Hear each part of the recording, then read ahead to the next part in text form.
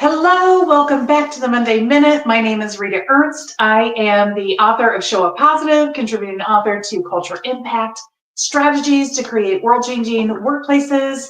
And you're at the Monday Minute to get your Show Up Positive inspiration for the week.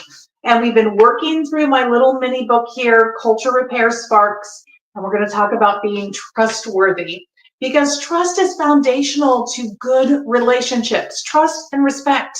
Got to have those two things, or you can't really be in relationship with someone. And so your team is not going to be your coworkers. You're not going to be the best that you can be together. You're not going to co-create a good culture together if you don't have this foundational pillar of trust. Now, many people will tell you that trust is something that has to be earned. I look at it a little bit differently. I look at trust as something that can be lost, but should be always present and accessible. I choose to trust other people before I distrust them. And it's not because I've never had bad things happen to me, have people let me down, have people do really mean, cruel things to me. I've had all of that happen. I've had money stolen, all of those things. But yet I refuse to allow those few negative experiences to take away my value of trust in relationships. I'm not going to let fear win here. I am going to choose to trust until I have a reason to no longer trust somebody. And so that is the context from which I'm going to talk to you about trust. Now, you may not be there yet. You may be working through some of your own stuff to get there, and you may not even be sure that that's a place you want to be. But this week, I invite you to just test it out.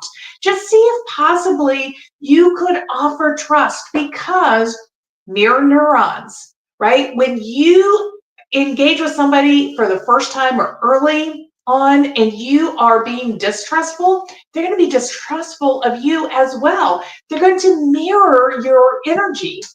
So the best job that we have at forming good, solid relationships is to lead with trust until we have a reason to no longer do so. And so how we show up in that moment of offering our trust and everything that follows really tells people who we want to be in our relationship with them, who they can count on us to be as a person.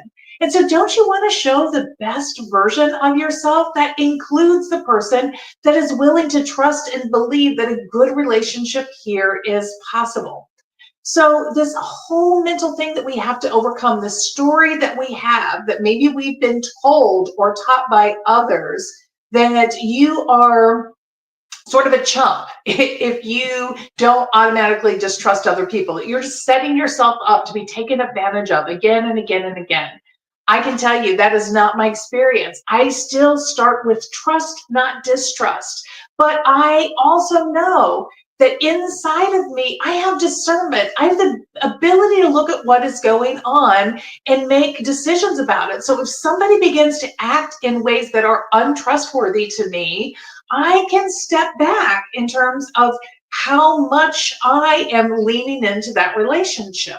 I can ask questions and get curious. Maybe I'm misunderstanding or misreading the situation. It's incredible how much miscommunication we have as human beings, and how our misperceptions of things, of our stories about other people's intentions, our assumptions about other people, how they should show up, what they should be doing, sort of cloud and muddy the water and create distrust. Not because the person is not being trustworthy, but because they're simply not being the person we want them to be. They're not following into some unstated expectation that we have for them. And then we think, well, they're not trustworthy at all, when we never actually had the verbal agreement about something. So think about that. Think if you've fallen into that trap. So like is attracted to like. When you offer trust, you are more likely to receive trust. When you offer distrust, you are more likely to receive back distrust.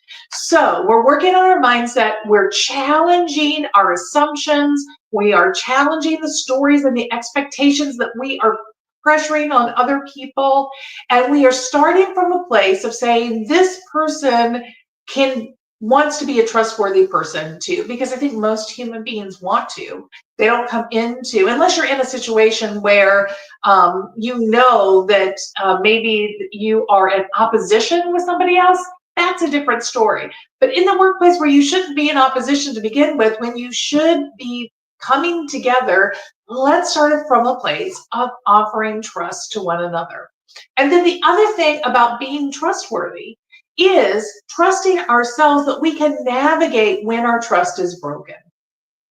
So that is not going to defeat us. It's not going to tear us down. When something happens and distrust, untrustworthiness shows up in the room, you are capable and competent to navigate that and minimize. So a lot of times it's your inner critic who's just beating you up. See, I told you, and sort of escalating, making things bigger than they need to be. You have the power and skill to navigate those moments when distrust shows up in the room. You have the power to ask questions and be curious. You have the power to step back and self-protect if you need to. But turning it into some big story in our mind, some big victim story, that's not going to help you. And that's the part that trips us up the most, is when our inner critic chastises us for being a victim.